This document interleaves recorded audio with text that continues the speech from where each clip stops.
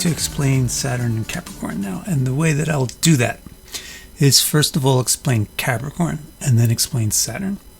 And then explain how they combine. And then show you examples of it in real charts. So let's start by understanding Capricorn. Capricorn is the section of the zodiac space which belongs to Saturn. So you would expect, and indeed will find, that Capricorn has a lot of the same traits that Saturn has. The only modifying factors in this equation is that because Capricorn is due south in the zodiac, it's earthy, and because it's at one of the four zodiacal equinoctial points, it's cardinal.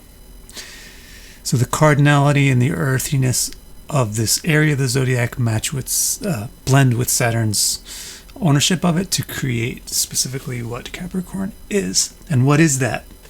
Well, really, it's the cardinality of this zone of the sky is giving a sort of ambitiousness or aggression, you might say, to Capricorn, which you wouldn't otherwise expect to see from Saturn alone.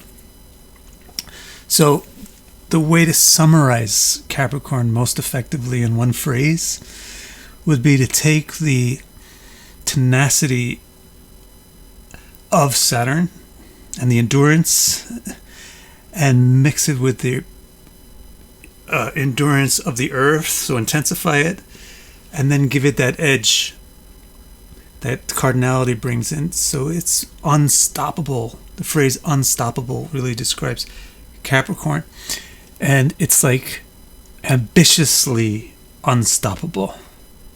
It's actively unstoppable. So, in one sense, this means relentless. Capricorn is quite relentless. It will not stop, and that can translate into brutalness or, heaviness, intensity, which can be brutal. Also, since it's relentless, it's kind of crushing. Capricorn has a crushing nature to it, which smashes and disintegrates and reduces things and minimizes. Also, unstoppable means it's tenacious. Basically the same thing as relentless, but let's kind of morph this or evolve this idea in a new direction. So tenacious in this direction means has its eyes on a goal and is interested in completing a goal. So Capricorn is very goal completion oriented. Therefore, Capricorn is very good at solving problems or overcoming obstacles. And in order to be that, Capricorn is very good at critical thinking and skepticism. Finding the cracks in something, finding the flaws in something to crush that spot, to break it open, to get past it. And because Capricorn is very critical and skeptical, it's not very emotionally attached to things. It's very objective, cold, practical, rational, realistic, evaluative. So that's the nature of Capricorn, and let's also do a quick review of the nature of Saturn. Again, you'll see many of the traits of Capricorn are there in Capricorn because Saturn rules it. So basically, Saturn signifies negativity, which also basically means subtraction. So Saturn is about decreasing things, reducing things. And also reduction implies deficit or failure. So deficit also implies scarcity. So Saturn has to do with poverty, neediness, etc. Decrease, reduction, restriction, destruction. This is also in Saturn's root symbolism, very down at the base of what Saturn signifies. It will try to minimize things. So it will either destroy or reduce. When it destroys, it has the nature of death, ending things. So Saturn is associated with death and the things that lead to death, age, decay, illness. And that's why Saturn has to do with the end of things, or the longevity, how long it lasts, how far it goes. And Saturn has great endurance and tenacity, therefore. On the other hand, Saturn is not only destructive, but also curbing or reducing or constraining. So it has to do with subordination and those type of things. And that is why it represents people who have been curbed, people who are restrained, people who are subordinated. In other words, the masses, the employee, the worker, the exploited. Another permutation of negativity is pessimism. Pessimism is the outlook that something is wrong and needs to be subtracted, needs to be gotten rid of. So Saturn is pessimistic, distrusting, skeptical. This is why Saturn is very critical of things. And that's why it's very logical and scientific or rational. And because it's logical and rational, this is why it's objective, cold. It's not emotionally warm. It's detached. It's realistic and practical. So now that we understand Saturn and we understand Capricorn, it should be pretty easy for us to put the two of them together and see what happens. When you put a planet in a sign, the way you figure out what happens is to look for the things that are very, very similar. So for example, Saturn has a lot to do with tenacity, and that is basically what Capricorn is all about, being unstoppable, being tenacious. So when Saturn is in Capricorn, the interpretation is, here's a native who's unstoppable. Okay, they can't be stopped from what they want to do. And if that is in a very negative context, chart-wise, then you can say things like this person is ruthless, relentless. Or if it's in a very kind of violent or an angry context, you can say they're brutal. But one thing you can also realize is that they work hard. Saturn in Capricorn signifies a hard worker and therefore success. So the personality trait of Saturn in Capricorn is to be with dirty hands. You get your hands dirty. You get involved in the work. You are down on the ground doing the frontline duties, getting your hands dirty, having the grit, etc. And therefore, you gain power, you become successful. So in fact, there's several important, powerful people with Saturn in Capricorn: Barack Obama, Julius Caesar, Gorbachev, Yeltsin, and Ayatollah Khomeini. And then there's also several well-known brutal people with Saturn in Capricorn: Richard Ramirez, Jeffrey Dahmer, Jim Jones, David Koresh.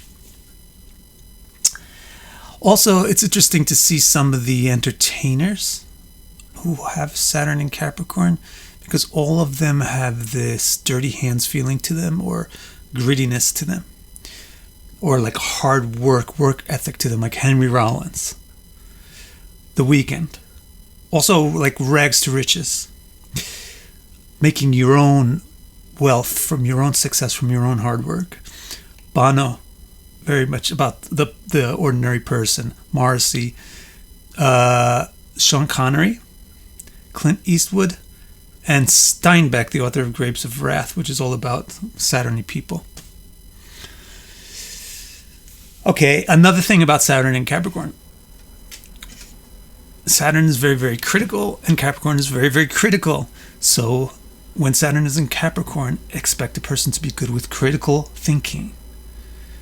So in other words, they're scientific or logical, or depending on how it permutes, intelligent and philosophical. And there's not too much difference between the two, really. So for example, very famous philosophical and scientific names with Saturn in Capricorn: Kant, Kierkegaard, Voltaire, Bertrand Russell, Enrico Fermi, Rajneesh, who is Osho, and Aurobindo, and Anton LaVey.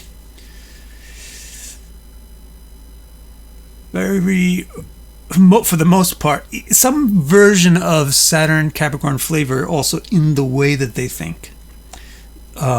Extremely practical or reductionist or rational, or also just kind of dirty or down to earth, or realistic or cold. Third thing about Saturn and Capricorn is that Saturn is very restrictive and Capricorn is also very reductive or curbing oriented.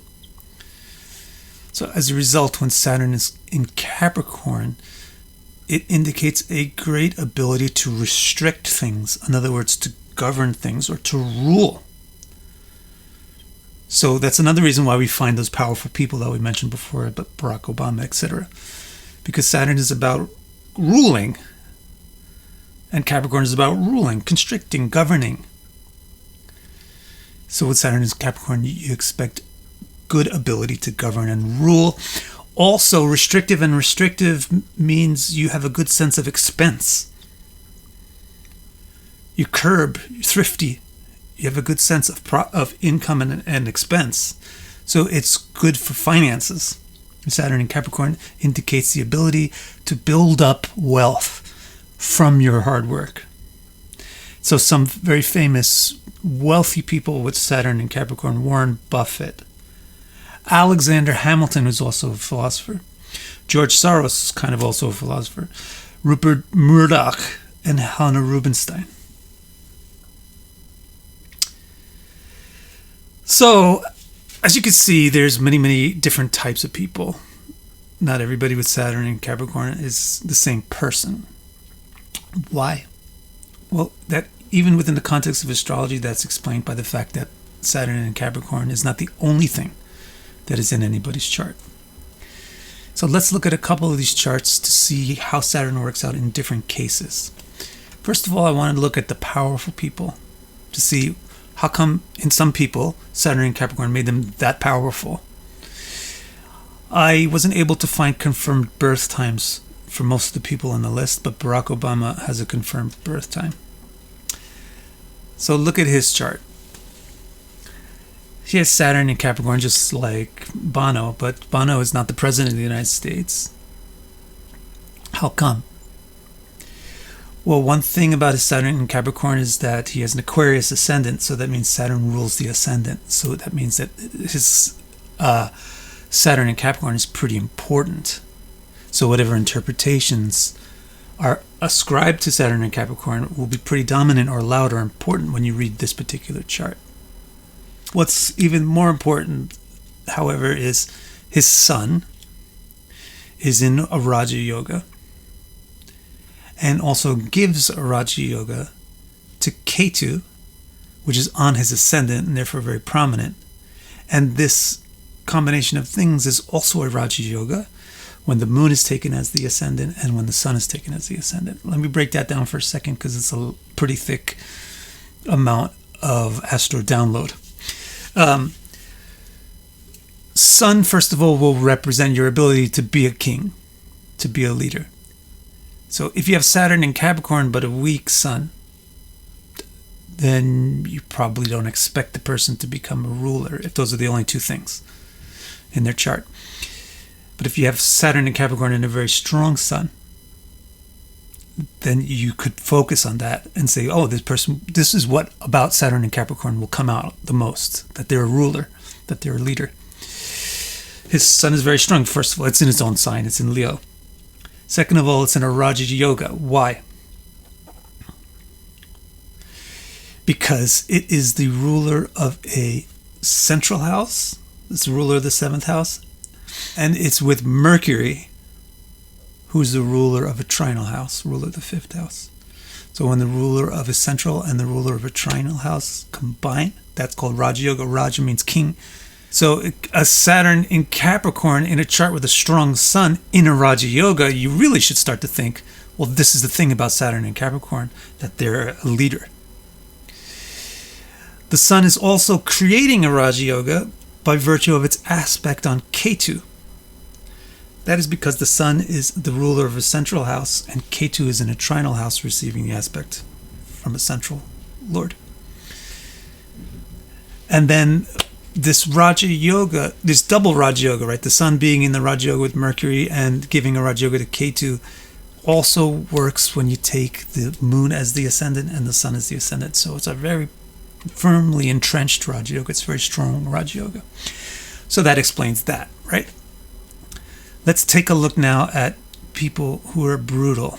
Two of the confirmed birth times for this is Richard Ramirez and Jeffrey Dahmer. So Richard Ramirez, he has the Saturn in Capricorn just like Barack Obama.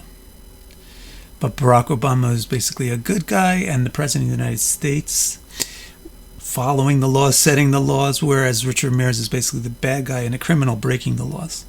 So they seem like opposite persons, yet they have the same thing. So why is it that in one person, Saturn in Capricorn gets interpreted as brutal, but for another person, Saturn in Capricorn gets interpreted as powerful ruler? Well, you already know why Barack Obama's Saturn in Capricorn gets interpreted as powerful ruler, because of the way the sun is in his chart. Now with Richard Ramirez, take a look at his chart. The really dominant thing in his chart is that his moon and Mercury are conjoined, Ketu, very, very closely. And that, as you will stumble upon by watching several of my videos wherever I mention example charts, is a real signature for people who are crazy and wild. So that's the thing. In the context of a chart where the moon and Mercury are conjoined with Ketu, and it's even a debilitated Mercury, and the sun is in Pisces, a watery sign, then you don't expect the person to become the president of the United States. You expect the more weird things about Saturn and Capricorn to come out, because it's supporting this other facet, which is so strange. To have the mind, the moon, and the intellect, Mercury, debilitated with Ketu, the weird node. Take a look at Jeffrey Dahmer. He's one of the few serial killers who doesn't have the moon conjoined to Rahu or Ketu, but he has a Hitler-like chart, which is that he has the first lord in the 8th house and a debilitated Jupiter in the 4th house. So his Saturn is in Capricorn, that's nice, but it's with debilitated Jupiter. And it's aspected by Mars very strongly, while the first lord is in the 8th house and the moon is in Aries with Mars. So the flavor of his chart is very angry. First of all, because he's got the first lord in the 8th house, which is giving me a critical outlook. Second of all, because Mars is affecting his moon, that's giving angry emotions or intensified emotions. And it's affecting a debilitated Jupiter in the 4th house. Debilitated Jupiter in the 4th house is depression, unhappiness, negativity. Being influenced by angry Mars means the way that you cope with that negativity is through anger. In that context, Saturn in Capricorn is not going to turn around and be a self-disciplined person and a leader of a country. It's going to be a brutal person who will just keep pursuing their desires no matter what. And finally, let's also look at intelligent people. How come Jeffrey Dahmer didn't wind up the president of the United States? And also, how come he didn't wind up a philosopher and a scientist? Well, let's take a look. Again, one of the few confirmed birth times that I have, surprisingly, is Kant. And Kant is such a good example of Saturn in Capricorn in an intellectual context. Just Google his philosophy, and it's so Saturn in Capricorn. Rational, logical, realistic, practical. So what's going on in his chart? Well, his Saturn in Capricorn is in the 9th house, which is the house of education. And it's in a Raja Yoga. So that's because it's in mutual aspect with Mars, and Mars is the 7th lord, and it is the 9th lord. So a trinal lord and a central lord are in mutual aspect. That gives Raja Yoga. And just like with Obama, this isn't just a surface Raja Yoga. This is a Raja Yoga which is also a Raja Yoga. This mutual aspect from Saturn and Mars is also a Raja Yoga from the moon and also from the sun. So this is a big Raja Yoga on Saturn in his 9th house, which is the house of philosophy and education. So Saturn in Capricorn, in that context, is going to bring out its intellectual side. Furthermore, on the cusp of his 10th house is Jupiter. And finally, his first lord is in the second house, which also has to do with knowledge, in Gemini, which is its sign for intelligence. So that is how you go from very simple to very sophisticated. You start off just trying to understand what Capricorn signifies, what Saturn signifies. Then you learn how to blend the two. Then you look at how they sit in real charts with the other things that are active in the chart. And the bottom line, the takeaway from all this is that something like a planet in a sign, it has kind of like a portfolio of interpretations. Saturn in Capricorn has several interpretations. One about being intelligent, one about being powerful and unstoppable, and one about being wealthy or a good ruler. Those will come out to different extents depending on what the rest of the chart supports. That's the bottom line. So if you want to see this kind of analysis for you and your chart, you can go to my website, victorcara.com, go over to the readings section, or just put a /R2, and you will get to see the reports that I offer. One of them is called the Overview of Your Birth Chart. Get that one, and you'll get every one of your planets and your signs and your houses and all the aspects and the yogas and all that. Thank you very much.